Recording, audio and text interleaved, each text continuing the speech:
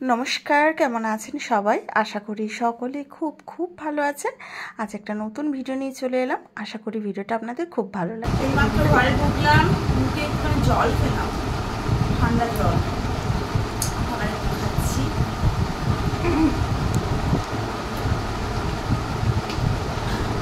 আসার পথে এই যে দুটো আইসক্রিম এনেছি, একটা মেয়ের একটা আমার।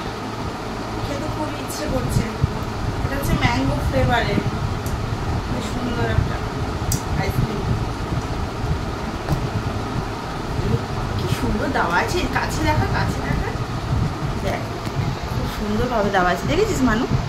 দেখা যাচ্ছে ভালোভাবে? এর উপরে জেলি দেওয়া আছে। মাম্মাম তুইও খা, গলে যাবে। গলেও গেছে অলরেডি। কি ভালো খেতে। এগুলো হচ্ছে আম, জানিস তো উপরে জেলিটা আমের ফ্লেভারের।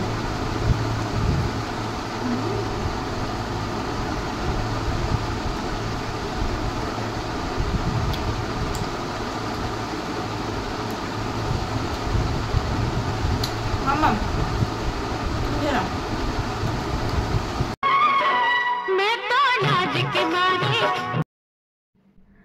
তো সন্ধেবেলাটা মেয়ে বলে, মা কিছু খাবো, খেতে দাও। আর ও খুবই ম্যাগি খেতে ভালোবাসে। তো আজকে আমি বললাম আর ম্যাগি খেতে হবে না, বাড়িতে ফরচুনের পাঞ্জাবি খিচুড়ি রয়েছে, সেটা বানিয়ে দেবো। তো কয়েকদিন আগে এই স্মার্ট বাজারে গেছিলাম, তো সেখান থেকেই আমি নিয়ে এসেছিলাম। তবে এত গরম পড়েছে তাই বানাতে একদম ইচ্ছে করছিল না, তাই বানানো হয়নি, সেই রকমই ছিল। তো মেয়ে যেহেতু খাবে, বায়না ধরছিল কিছু না কিছু একটা বানিয়ে দাও। তো আমি তাহলে বললাম, দাঁড়া তোকে আজকে খিচুড়ি বানিয়ে দিই, খাবি? বলে হ্যাঁ খাবো।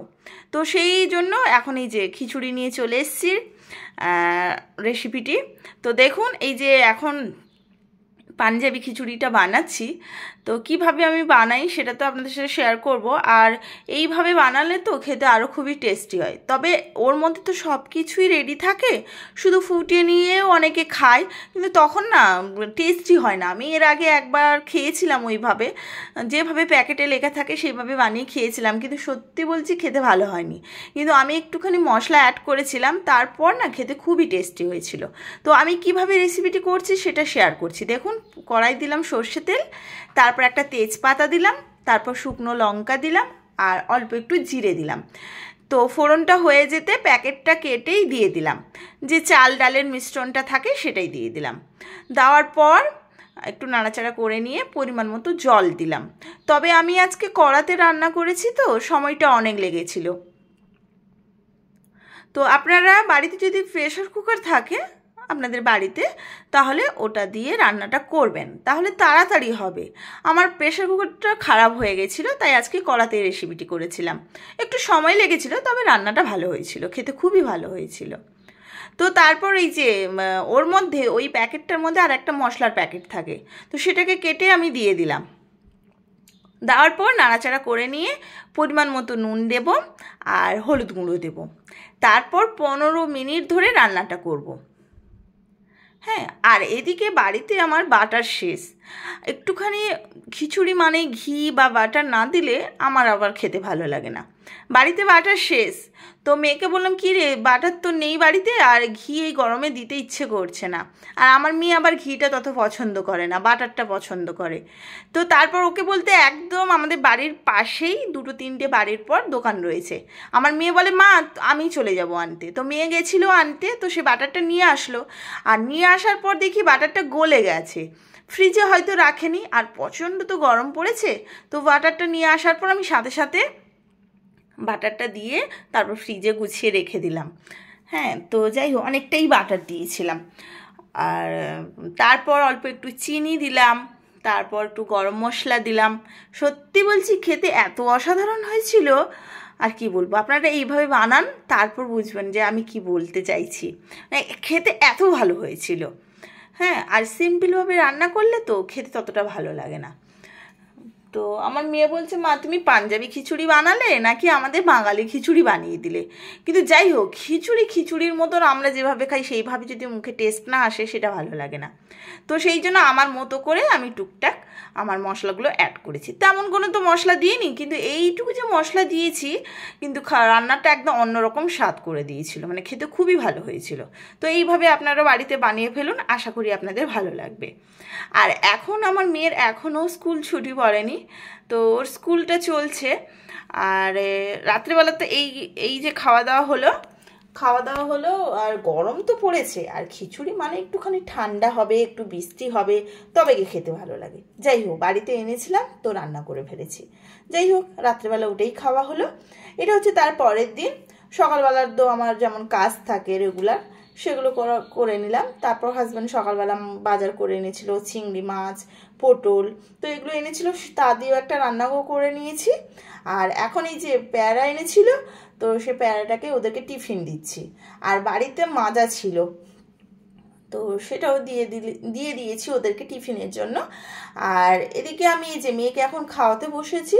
আজকে কিছু রান্না করিনি বলতে শুধু আলু পটলের তরকারি বানিয়েছি, আর কিছু রান্না করিনি। বুঝেছেন, গরমে কি খাবেন বলুন তো, খেতে একদম ইচ্ছে করছে না। তো কোনো রকম এই খেতে হবে সকালবেলা।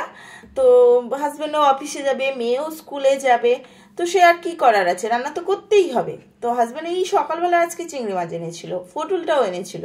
তো আমি বললাম তাহলে আলু পটলের একটা তরকারি বানিয়ে ফেলি, ব্যাস। তো এইটাই বানিয়েছিলাম। এখন এই যে মেয়েকে খাইয়ে দিচ্ছি, মেয়ে স্কুলে যাবে আর হাজব্যান্ডও অফিসে যাবে, আর টিফিনটাও ওদেরকে গুছিয়ে দিলাম। তো ওরা এখন বেরিয়ে যাচ্ছে।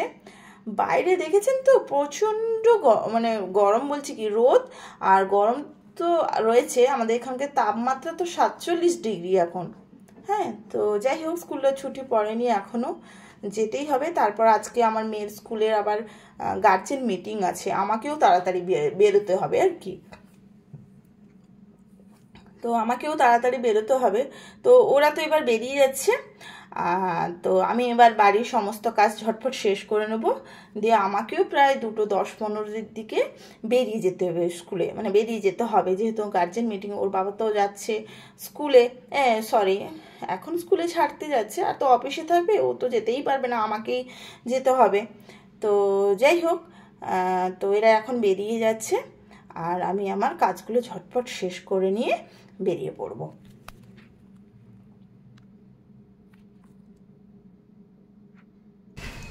তো আমি এখন বেরিয়ে পড়েছি।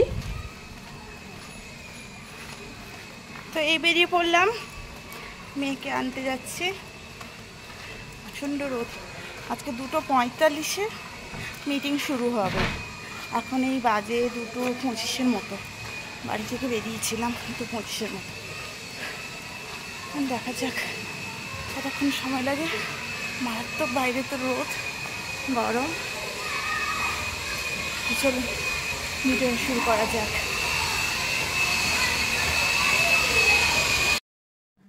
যেহেতু স্কুলের মিটিং রয়েছে, তো শাড়ি পরাটাই মনে হয় বেটার হবে, তাই আমি শাড়িটা পরে নিয়েছি।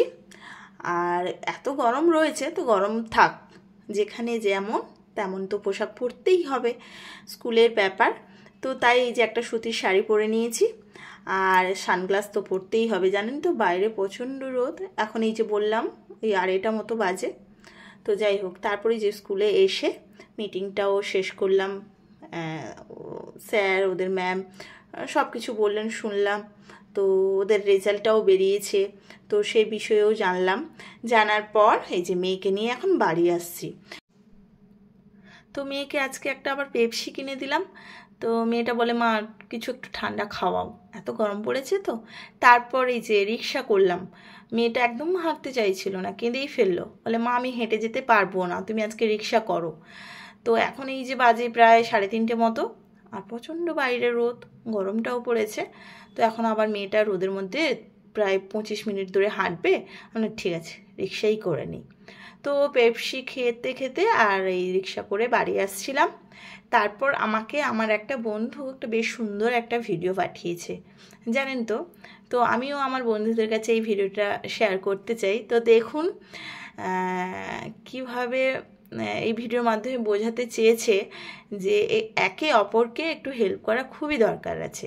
তো এই যে একটা পোকা দেখছেন, আর একটা পোকা দেখুন ওদিকে উল্টে পড়ে আছে, ও স্বাভাবিকভাবে উঠতে পারছে না, হ্যাঁ, একটা বিপদের মধ্যে পড়ে গেছে। তো এই পোকাটা এসে একে খুবই হেল্প করার চেষ্টা করছে, কিন্তু ও পারছে না। হ্যাঁ, তারপর ও তার যে বন্ধু, তার যে দল রয়েছে তাদের কাছে গিয়ে ডেকে নিয়ে এসে একে হেল্প করছিল।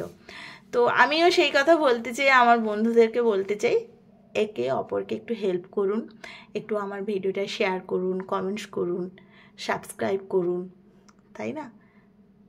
তো সবারই ভালো হবে, সবারই উপকার হবে। তো যাই হোক, ভিডিওটা আর বড় করছি না, এখানেই রাখছি। আপনারা সকলে ভালো থাকবেন, সুস্থ থাকবেন। নেক্সট ভিডিওতে আবার দেখা হচ্ছে। এখনকার মতো টাটা, বাই।